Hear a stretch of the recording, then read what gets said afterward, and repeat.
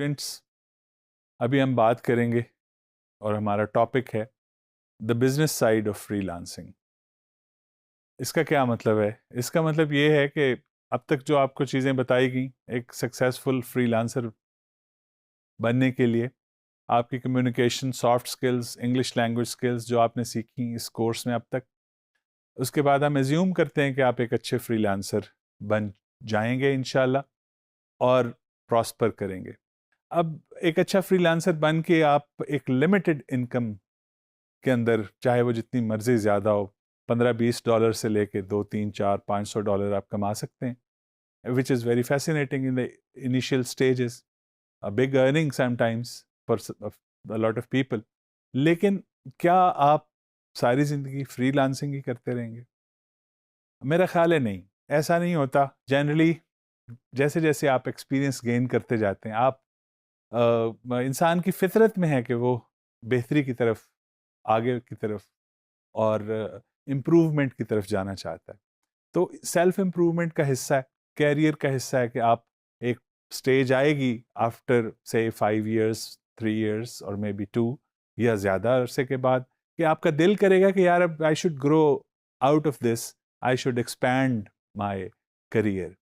तो as a freelancer इसी field में रहते हुए, आईटी को यूज़ करते हुए आप किन किन डायरेक्शंस में जा सकते हैं, तो हमारा इस वक्त जो लेसन है उसके अंदर कुछ इसी तरह की बातें आपके साथ शेयर करना चाहूँगा। तो मिसाल के तौर पे आप एक अच्छे कंटेंट राइटर हैं, फ्रीलांसिंग में आपका एक बड़ा एक्सपीरियंस हो चुका है, तो अब उसके साथ साथ आप क्या एक्सपेंशन कर सकते हैं?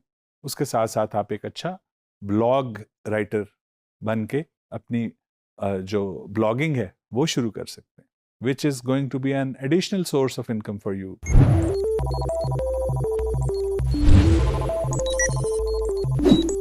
तो चलिए आपको बताते हैं ब्लॉग है क्या और कैसे आप एक अच्छा ब्लॉग बना सकते हैं। Let's have a look at the definition first. An online journal where an individual, group, or corporation presents a record of activities, thoughts, or beliefs regularly is known as a blog. एक ऐसा platform है आपके पास blog जिसके ऊपर एक individual जो है, ये ग्रुप या कारपोरेशन, अपनी एक्टिविटीज़ ऑन गोइंग जो हैं, अपने थॉट्स ऑन गोइंग जो हैं, अपने किसी भी फील्ड से रिलेटेड, ट्रैवलिंग है तो ट्रैवलिंग जहाँ जहाँ पे आप कर रहे हैं उससे रिलेटेड आप अपडेट उसको करते रहते हैं, अपने ब्लॉग के बाद ब्लॉग लिखते रहते हैं और उसमें ग्रोथ होती रहती है। All right, let's have some tips. सबसे पहली क्या है? Pick a blog name. Pick a blog name according to your niche, whatever you are expert in. जैसे हम कह रहे थे कॉपी कंटेंट राइटिंग, तो कंटेंट राइटिंग में for example you are good at copy writing, तो उसको जहन में रखते हुए एक बड़ा अच्छा, बड़ा strong describing what you can, what you have been doing and you can do, वो अपना एक चूज कीजिए, अच्छा सा कैची सा blog name. Then next comes get your blog online. To get your blog online, you have to register a domain and then go on with it. और ये दूसरा पॉइंट है, आपको अपना डोमेन जो है वो एक्वायर करनी पड़ती है और उसको होस्ट करना है आपने। Then number 3 is customise your blog. Templates ले लीजिए और टेम्पलेट को ट्वीक कीजिए और अपनी इमेजिनेशन को यूज़ करते हुए अच्छा सा अपने ब्लॉग की जो जो इंटरफेस है वो बड़ा कैची सा बनाइए, इंटरेस्टिंग हो, विजुअल स्ट्रांग हो, ताकि जो एक दफ़ा देखे वो रुक जाए उस पर और फिर आगे उसको कंटिन्यू करे पढ़ना। Then write and publish your first post. Obviously जब when you have gone through all this process, फिर अपनी एक अच्छी सी पहली जो आपने अपना ब्लॉग है वो लिखिए और उसको पब्लिश कीजिए। अब सिर्फ पब्लिश कर देने के बाद बात ख़त्म नहीं हो जाती। You have to inform your friends, your family, social circle. फिर आपने जिसे कहते हैं ना, वर्ड ऑफ माउथ के ज़रिए, फिर ईमेल के ज़रिए, व्हाट्सएप के ज़रिए, जो जो भी आप तरीका यूज़ कर सकते हो वो यूज़ कीजिए और लोगों को बताइए that you are blogging. And once people start coming to your blogging page, तो फिर आप उसको you can make it a source of earning. आप उसको मोनेटाइज कर सकते हैं और फिर एक एक्स्ट्रा इनकम उसके ज़रिए से जनरेट हो सकती है. So this is one way of increasing your incomes, increasing your earnings. Similarly, if you are a digital marketer, तो उसके लिए भी आप डिजिटल मार्केटिंग एजेंसी बना सकते हैं, उसमें और लोगों को इंगेज कर सकते हैं और उसको आप रन कर सकते हैं घर में बैठ के भी, because since you are a digital marketer, तो आप अपने जो 2 3 4 5 जो लोग अपनी हेल्प के लिए एक्सपैंड करने के लिए अपने बिजनेस को रख सकते हैं, वो उनके लिए आप एक ऑफिस भी सेटअप कर सकते हैं. और ना करना चाहें, क्योंकि अब तो आप देख रहे हैं बहुत सी चीज़ें जो हैं वो घर बैठे लोग कर रहे हैं. So you can do digital marketing sitting in your home and you can expand your business through that and make enough income, generate enough income to keep you happy. उसके लिए आपको किन चीज़ों की ज़रूरत पड़ सकती है वो देख लेते हैं. All you need is to have build your digital marketing skills and self confidence. ये डेफिनेटली आप डिजिटल मार्केटर हैं एज अ फ्रीलांसर, तो ये तो पहले से आपके अंदर मौजूद होंगी, लेकिन उनको मज़ीद पॉलिश कीजिए. Then decide what kind of services to offer. कि आप डिजिटल मार्केटिंग के भी तो यू नो इट बेटर कि उसके कितने डिफरेंट फील्ड्स हैं, तो आप कौन सी स्पेसिफिकली चीज़ को टारगेट कर रहे हैं, डिसाइड कर लीजिए. And then decide how you plan to operate your business. It means you want to have an office and run it, or you want to hire people online and you can work online. ये decide कर लीजिए. Then establish your web presence. अब digital marketing agency को भी उसी तरह, knowing that you are a digital marketeer, you know how to market yourself, and then showcase your experience and expertise. अपने experience और एक्सपर्टीज जो भी आप एज ए डिजिटल मार्केट, और आपकी पूरी टीम, जाहिर है आप 3 4 5 लोग या उससे ज़्यादा जितने भी लोगों को हायर करेंगे, तो उनकी एक्सपर्टीज़ भी आपकी एजेंसी की एक्सपर्टीज़ है ना, वो हाईलाइट कीजिए.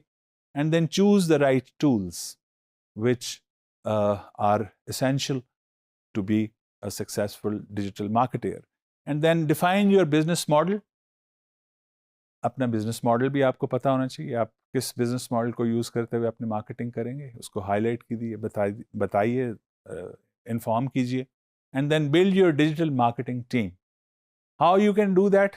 Since you yourself, presumably you are going to be yourself a digital marketer, only then you are going to go into this side. तो फिर अपनी टीम को आपने कैसे डेवलप करना है? Since you know the ins and outs, pros and cons, वो सारे ज़हन में रखते हुए अपनी टीम को, टीम वर्क के साथ जो सॉफ्ट स्किल्स जो आपको सिखाई गई हैं, उनको यूज़ करते हुए एक स्ट्रॉन्ग टीम डेवलप कर सकते हैं आप. Similarly, if you are a web developer, so you can create plugins, themes, and SaaS and sell them at proper marketplace. और अगर आप web designer हैं, for example, तो you can design your designs and put them on the proper platform where they can be sold. In this way, you are going to generate resources, enhance your income. आप इसके अलावा software house भी बना सकते हैं. ये कोई बहुत बड़ी बात नहीं है, जनरली समझा जाता है. या सॉफ्टवेयर डेवलपिंग एजेंसीज हैं, वो भी आप बना सकते हैं. आपको पता है कि एक सॉफ्टवेयर बनाने के लिए एक पूरी टीम चाहिए होती है, और जिस भी स्पेसिफिक एरिया में आपकी एक्सपर्टीज़ है, आई एम श्योर आप बहुत से कॉन्टेक्ट्स ऐसे अपने एक्सपीरियंस में, आपके वर्किंग एक्सपीरियंस में ऐसे लोग मिलेंगे जो कि हर एक फील्ड के अंदर, जो कि वेब सर्विसेज, वेब एजेंसी जिनको प्रोवाइड करती है, तो उस तरह की एक टीम फॉर्म करके you can also have a software house और a software agency which can help you grow, which can make you a successful businessman. So याद रखने की चीज़ सबसे इम्पॉर्टेंट ये है कि जो मैंने अभी आपको सारी बातें बताई हैं इस लेसन में, ये not as a beginner, it is after you have acquired a certain amount of experience. ये नहीं है कि बस उठते ही ये सारे काम आपने शुरू कर देने. No way.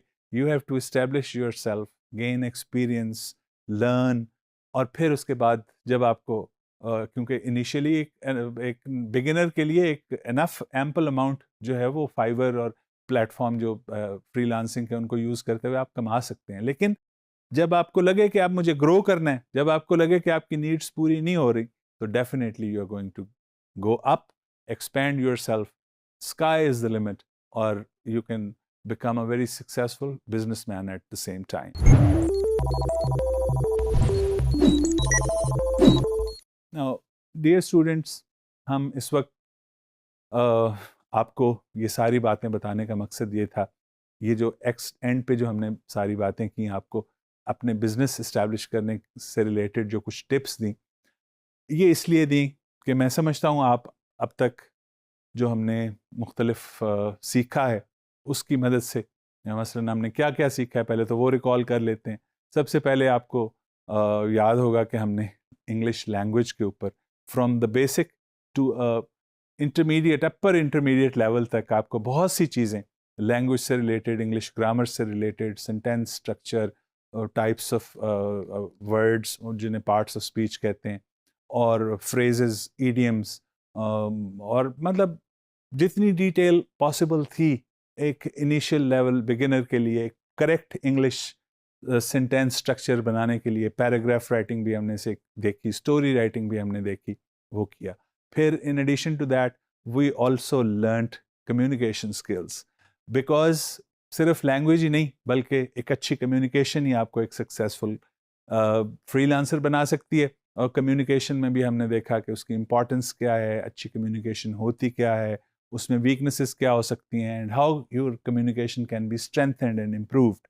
ये स्किल्स भी सारी आपके हवाले की। और फिर आखिरी हिस्सा जो था हमारा, उसमें हमने सॉफ्ट स्किल्स, जो पर्सनल ट्रेट्स हैं, जो बिहेवियरल वे है जिसमें आप लोगों के साथ इंटरेक्ट करते हैं, ऑनलाइन इंटरेक्ट करते हैं, freelance, focusing specifically on freelancing, जो सॉफ्ट स्किल्स हैं उनके बारे में बात की। और most important of all, we have also taught you how to write a proper, effective cover letter. And at the end, जो अभी मैंने आपसे बात की कि हमने उससे आगे भी देखा, उससे आगे भी आपको एक रोशनी दिखाई कि सिर्फ फ्रीलांसिंग पे आपने रुक नहीं जाना, बल्कि आपने उससे आगे भी बढ़ना है और एक सक्सेसफुल और कंटेंटेड, हैप्पी पर्सन बनना है। और हमने मिल के सब ने ये सारे काम करके अपने मुल्क को, अपने नेशन को सर्व करना है, स्ट्रेंथन करना है, इंशाअल्लाह।